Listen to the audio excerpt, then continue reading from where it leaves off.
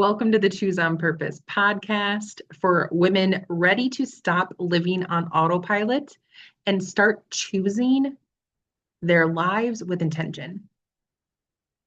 I'm Becky, and this is where real conversations, embodied leadership, and purposeful growth come together. If you're here to live aligned, lead boldly, and trust yourself more deeply, you're in the right place. Here we grow. In this season, we're going to be talking about intentions over motivation because motivation fades, right? Intentions last. This is about learning how structure, discipline, and confidence in action create clarity, momentum, and lasting change that can occur this year for you. So, presence before progress, right? This is about direction, really beating the motivation of every day. So, January invites us back to presence. The top of the calendar year, get present with yourself before the goals, before the resolutions, if you do them, before the pressure to quote unquote get it right. Intentions ask a different question, right? The question is, am I choosing this direction in the first place? Are you choosing it or is it autopilot? That's what we're talking about today. Living on purpose isn't about perfection, it's about the direction. Yeah. And direction requires structure, not motivation, because motivation is unreliable. Structure is sacred, right? Motivation is a spark, and structure is the firewood that keeps you going. If you rely on motivation alone, you'll burn out very quickly because motivation fades the moment life gets busy, emotions spike, or fear creeps in. I know this from experience, and I'm sure that you can relate. So let me give you a simple example. So anytime this comes along for myself, like releasing weight as a topic, if my intention is to release weight, I don't want to wait until I'm hungry and emotional at a restaurant to decide what to eat. So one of the things that I've done in the past to support myself when this is a focus for me and shifting these habits and this having the structure in place is that I look at the menu before I go. I decide ahead of time. So when I sit down and I don't have to think about what's on the menu, what do I want, what will align with where I'm at right now in my goal or my intention for how I'm living in this season or just this lifestyle in general, right? As a lifestyle, then I don't have to negotiate with myself or explain to myself like, oh, you can't have that or you can. I don't have to think about it. I eliminate the choice by making a decision ahead of time. I just eat what I already chose. That's what living on purpose can look like in real life. Okay, that's just an example to open up some understanding of how structure supports. When you don't have systems, you burn through your motivation and then you wonder why nothing sticks, right? It's not because you're broken, it's because you're trying to rely on feelings instead of frameworks. And here's something most people don't want to hear, that repetition beats luck every time, right? Volume negates luck. You don't need to get lucky when you're setting intentions and focused on a goal and what that looks like. You need to repeat the right actions long enough, right? That's not luck. That's process. That's system. That's repetition. Repetition compounds. It builds the consistency. It builds that momentum. And it builds trust with yourself as well. So ask yourself this question. When was the last time in your life where you took action before you felt ready? Yeah, what happened? Because most people spend their entire lives waiting to feel ready. But readiness doesn't come first. Action does. Confidence in action. Confidence isn't the prerequisite to doing things outside of our comfort zone that stretch us, that we take a risk on, right? It's the result. Action builds experience. Experience builds, what's the word? What's the word? Experience builds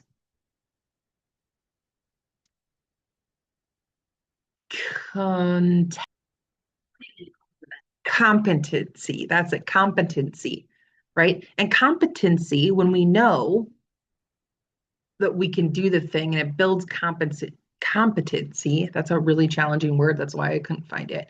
Competency. It creates confidence because now it's built repetition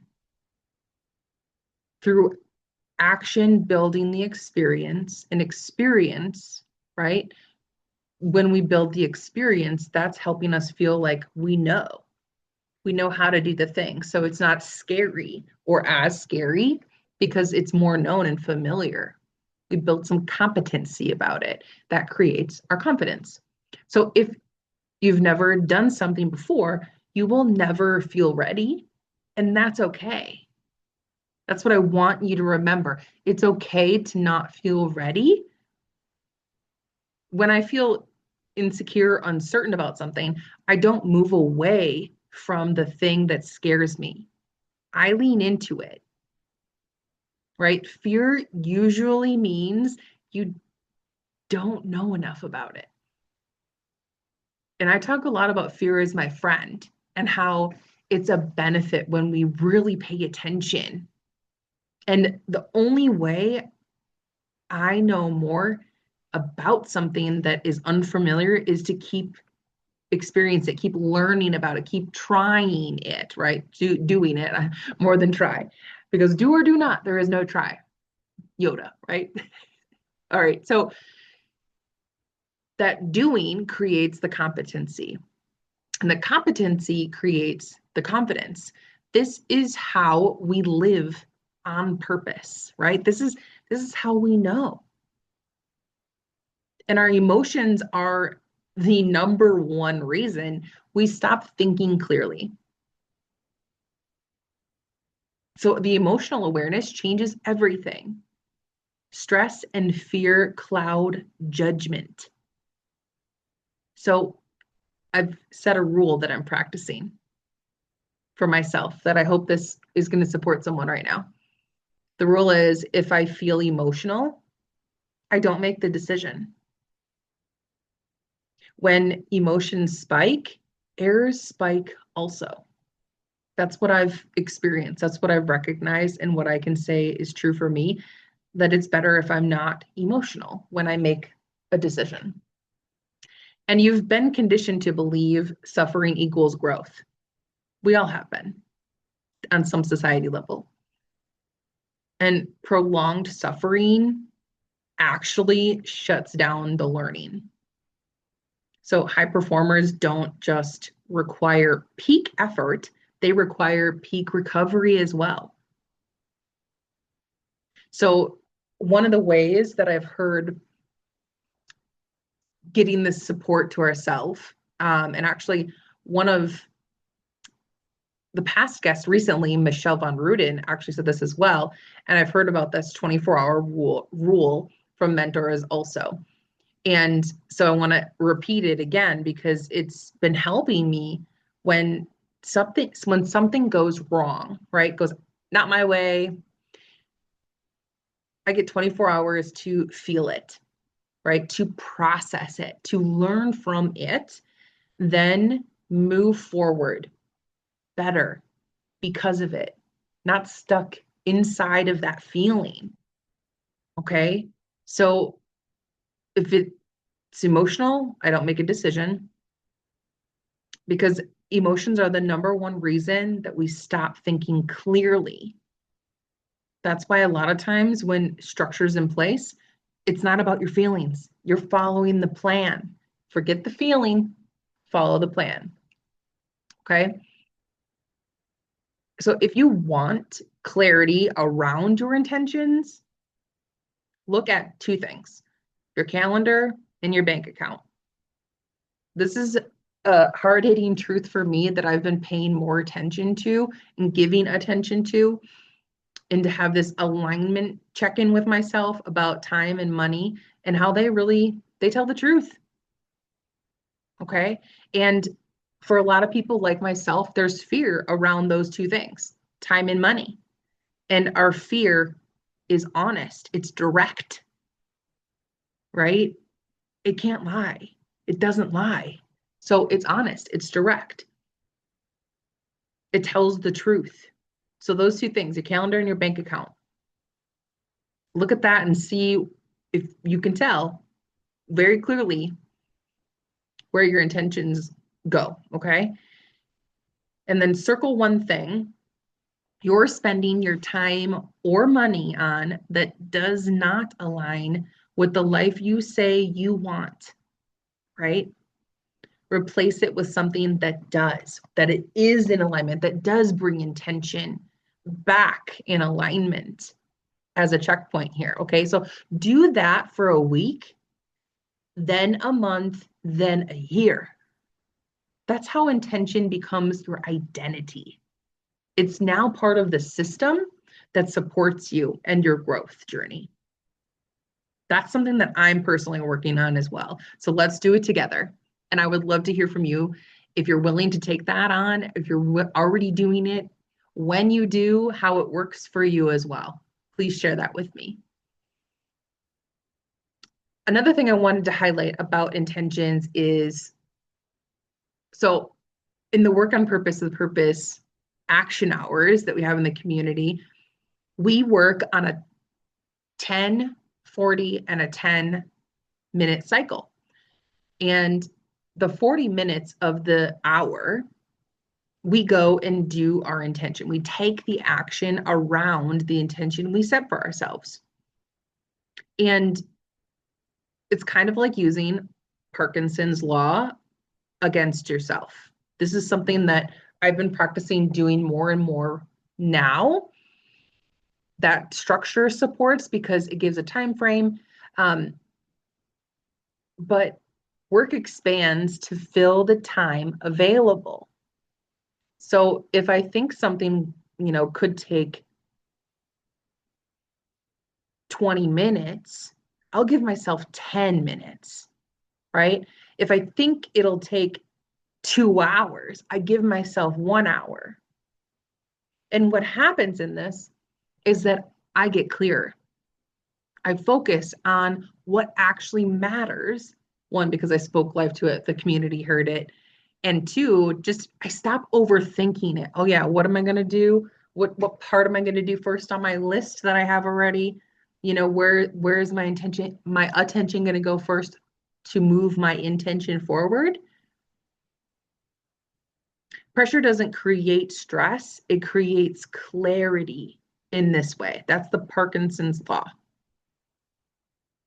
So how can you use that to kind of trick your mind, right? To tell your body, your mind to get in alignment and like go do the thing that you're focused on doing. What is the intention? And systems create self-trust, right? So my life, your life, hopefully your life. But my life is definitely a series of systems strung together. Now, this is about making it more intentional. I'm continuing to always tighten this up and strengthen this and build more system in my life, because I know the more systems and structure that is created, that's for my betterment, supports my community and family as a whole, because I am less fatigued from making more decisions that are unnecessary. When I decide who I'm becoming, I act in accordance to that.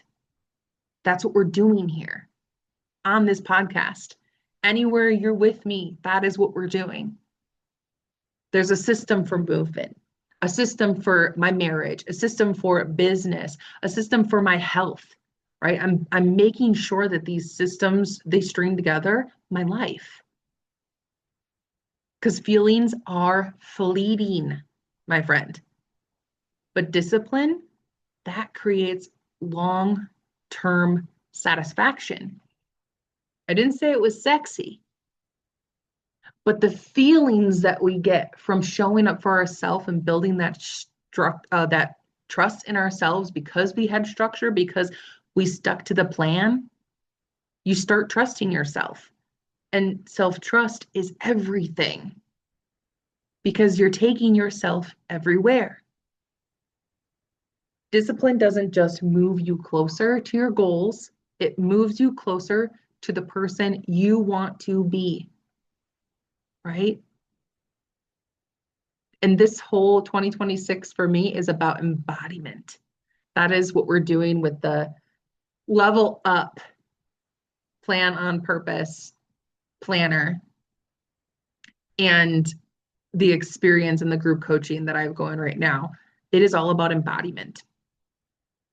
So as we begin this year, don't ask, how do I stay motivated? That's the wrong question. Ask yourself, what structure supports the life I want to live? Because intentions don't require perfection. They require presence, direction, and repeated action. Choose on purpose, one system at a time, and it's going to transform your life through intention. As we close today, I want to remind you of this. Living on purpose isn't about doing more. It's about choosing with intention, even in the small moments. If something in this episode stirred you, grounded you, or gave you language for what you've been feeling or flowing through or going or growing through, I invite you to stay connected. This podcast is just one doorway. You're always welcome inside the On Purpose community to join the Work on Purpose with Purpose community, where women gather to slow down, reflect, take aligned action, and support each other in becoming who they're meant to be.